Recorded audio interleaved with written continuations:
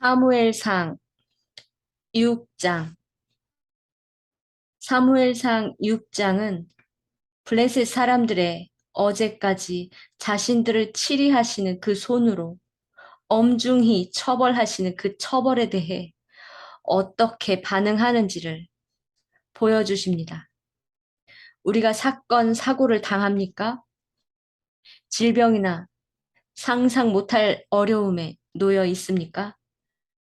사무엘상 6장을 통해 이럴 때 우리는 어떻게 해야 하는지 꼭 보거라 말씀하십니다. 6장 1절에 하나님의 언약궤가 블레셋 사람들의 지방에 머무른 지 7달이 되었다. 라고 합니다. 언약궤가 도착된 곳마다 사람들이 죽어나가고 아니면 악성 종양이 생깁니다. 그래서 이들은 이 고난을 해결하기 위해 이들은 제사장들과 복술자들을 불렀습니다. 여러분, 잠깐 신약으로 넘어가 봅시다. 사도행전 2장. 사도행전 2장에는 어떤 일이 있습니까? 예수님이 돌아가셨습니다. 이때 사도행전 2장 1절에 오순절날이 이름에 그들이 다 같이 한 곳에 모여 기도하고 있었더니 사도행전 2장 방에는 다 같이 기도하고 있습니다. 각자 하나님을 찾은 것입니다. 사무엘상 6장은 하나님을 찾은 것이 아니라 제사장과 복술자, 점쟁이 두 신을 불러놓고 물었습니다. 두 신, 잡신들을 섬기는 자들을 부른 것입니다. 자신들은 아무것도 하지 않고 제사장들 또 점쟁이에게 기도를 부탁합니다. 하나님 뜻 좀 알려달라고. 하나님이 문제들을 이렇게 던져놓고 어떻게 하는지, 어떻게 해결하는지를 보십니다. 그런데 블레셋 사람들은 회개도 하지 않고 사람들을 의지하고 있습니다. 사도행전 2장 방에는 다 같이 모여 하나님을 찾고 있습니다. 여러분은 누구십니까? 어제까지 여러분은 어떻게 하고 있었습니까? 예수님을 믿는다면서 기도원 원장, 목사, 예언자, 하나님의 음성을 듣는다는 사람들을 찾아가진 않았습니까? 하나님은 당신이 직접 말씀을 붙들고 기도했는지를 묻습니다. 잠시 문제 앞에서 내가 누구를 찾아갔는지 생각해 봐야 합니다.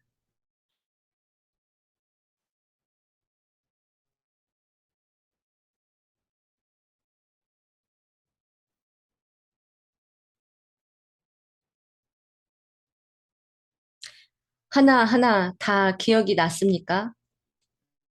문제 앞에, 갑자기 닥친 사건 앞에, 오랫동안 해결되지 않은 고통 앞에 여러분이 어느 방에서 헤매고 있었는지 다 보았습니까? 블레셋 방에 제사장과 점쟁이들을 불러다 놓고 내 문제 좀 해결해 달라고 부탁한 방입니까? 내가 직접 무릎 꿇고 전심으로 주님을 찾은 사도행전 2장의 방입니까?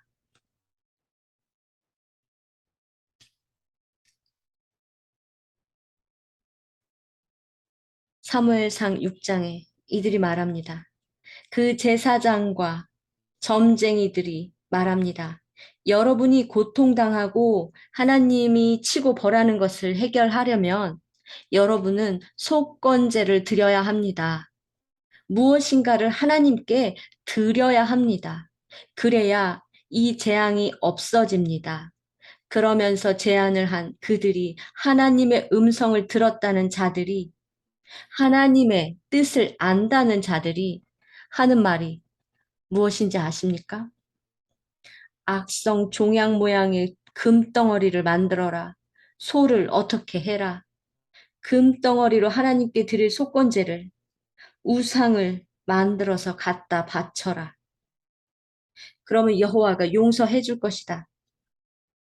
그렇게 해야만 한다. 이렇게 가르쳐 줍니다. 속건제물이 과연 금덩어리로 되겠습니까?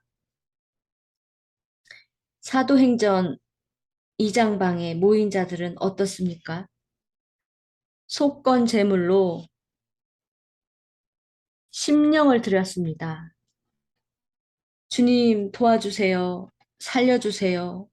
우리의 죄 때문에 돌아가신 주님 살려주세요. 우리의 죄를, 나의 죄를 용서해 주세요. 심령 하나로 나아간 것입니다. 아무것도 가지고 나간 것이 없습니다. 마음으로 기도를 한 것입니다. 전심으로 내 영육을 다 드린 것입니다. 그 순간에 그것이 하나님이 원하시는 하나님의 손을 거두시는 블레셋 사람들이 예언자들이 말하는 속건제의 방법 그것은 심령입니다. 손으로 만든 그 어떤 것도 필요가 없다는 것입니다. 분명히 하나님께서 말씀하셨습니다. 엘리 제사장에게 너희 가족이 가문이 아무리 나에게 예배를 드려도 나는 너를 용서하지 않을 것이다. 즉, 그들의 심령이 없다는 것입니다. 여러분 혹시 여러분이 회개하기 위해 죄를 용서함 받기 위해 열심히 무엇을 하셨습니까? 첫 번째는 여러분이 주님께 직접 나아가 용서해 달라고 기도했는가? 두 번째는 블레셋 사람들처럼 무언가를 해야, 무언가를 바쳐야 내가 11조를 가져다 바치고 선교, 구제, 전도를 해야 하나님이 나의 죄를 용서해 줄 것이다. 나를 축복해 줄 것이다. 또 내 배우자를 출세시켜 줄 것이다. 내 병이 떠나갈 것이다. 믿음은 없이 불안해하면서 심령, 심령은 없이 떨리고 불안하고 누군가가 11조 해야 돼. 성교 헌금은 해야 돼. 그래야 하나님이 너에게 복을 주는 거야. 그래야 하나님이 너를 축복하고 고통에서 넘어갈 수 있는 거야. 라는 소리를 듣고 블레셋 방의 사람들처럼 온갖 금, 은, 우상을 언약궤 옆에 두고 그 재앙이 떠나가기를 빌었던 것처럼 하지 않았습니까? 미친 듯이 교회 예배당 안에 가서 봉사하면 하나님이 축복할 거라고 신앙생활 하지 않았습니까? 성경에서 하나님은 내가 원하는 예배는 상한 심령이다 라고 합니다. 상한 심령만 들고 나오라고 했습니다. 마음이 있는 곳에 물질이 있는 것이지 물질을 내놓고 그 마음을 끌어오려고 애를 쓰지 않아야 합니다. 무슨 마음입니까? 복 받으려는 거 아닙니까? 기복신앙 아닙니까? 내 마음이 찢어지면, 내 심령이 찢어지면, 그 다음에 하나님이 더 큰 마음을 주십니다. 교회를 위해 전심으로 하나님을 섬기게. 교회가 뭡니까? 머리 대신 예수 그리스도.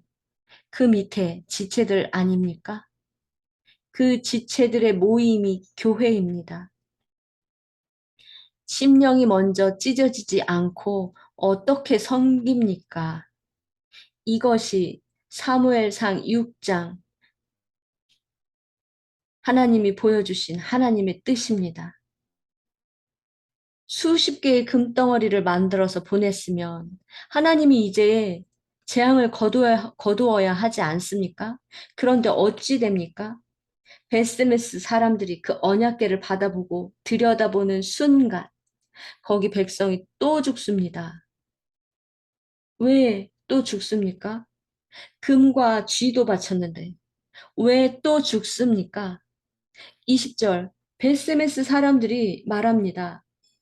여호와께서 그 백성을 그렇게 크게 치셨기 때문에 그들은 슬피 울었다. 이렇게 거룩하신 주 하나님을 누가 감히 모실 수 있겠는가? 이 괴를 어디로 보내어 우리에게서 떠나가게 할까? 기앗 여아림 주민들에게 전령을 보내어 여호와의 언약궤를 가지고 가거라 하였다. 심령을 들여야 됨을 아직도 모릅니다. 그 언약궤만 피하면 다시 평화가 옵니까?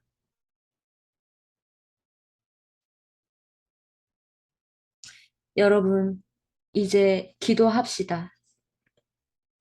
여러분, 오늘 하나님께서 여러분을 사도행전 2장의 방의 모습을 보여주셨습니다. 나는 너를 원한다. 나는 너에게 이걸 원한다. 제발 잘 보거라. 너는 사무엘상 6장의 블레셋 방에 들어가 이들이 무엇을 하고 있는지 다시 한번 보거라. 내가 너희들을 칠 때, 너희들을 손질하려고 할 때, 손질하고 있을 때, 기다리지 못하고, 인내하지 못하고, 너무 힘들어서 너희들이 또 누구를 찾아가느냐? 제사장, 목사, 예언자, 복술자, 점치는 사람, 은사자. 너는 안 하고, 기도도 안 하고, 또 그들을 찾아가느냐? 그래서 그들이 너에게 하는 말이 무엇이냐? 속건제를 드려야 합니다. 회개해야 합니다. 그 회개는 여러분이 하나님 앞에 안 한 것이 무엇입니까? 11조 다시 하십시오. 건축헌금 하십시오. 선교헌금 하십시오. 봉사 하십시오. 교회 사역에 무엇이든지 나와서 전심으로 하십시오. 이렇게 말합니까?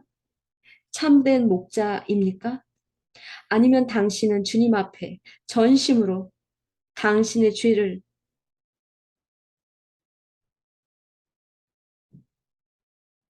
드러내고 회개합니까? 회개하십시오. 그렇지 않으면 하나님의 손이 떠날 것입니다. 이렇게 말하는 참된 선한 목자입니까?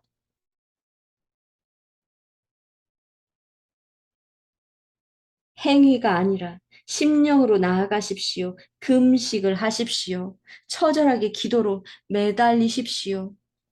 말씀 안에 들어가 주님을 찾으십시오 하는 선한 목자입니까? 기도합니다. 주님, 오늘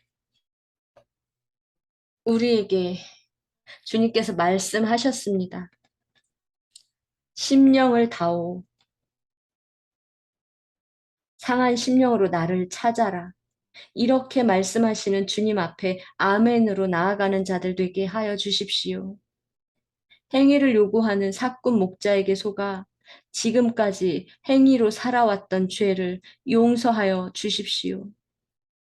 내가 게으르고 나태해서 다른 사람에게 나의 문제를 떠넘기고 해결해 달라고 했던 그 더러운 죄를 내 안에 영이 더러운 영이 들어가 게으르게 만들었던 그 죄악을 용서로 구하는 그 심령 위에 주님 축복해 주십시오.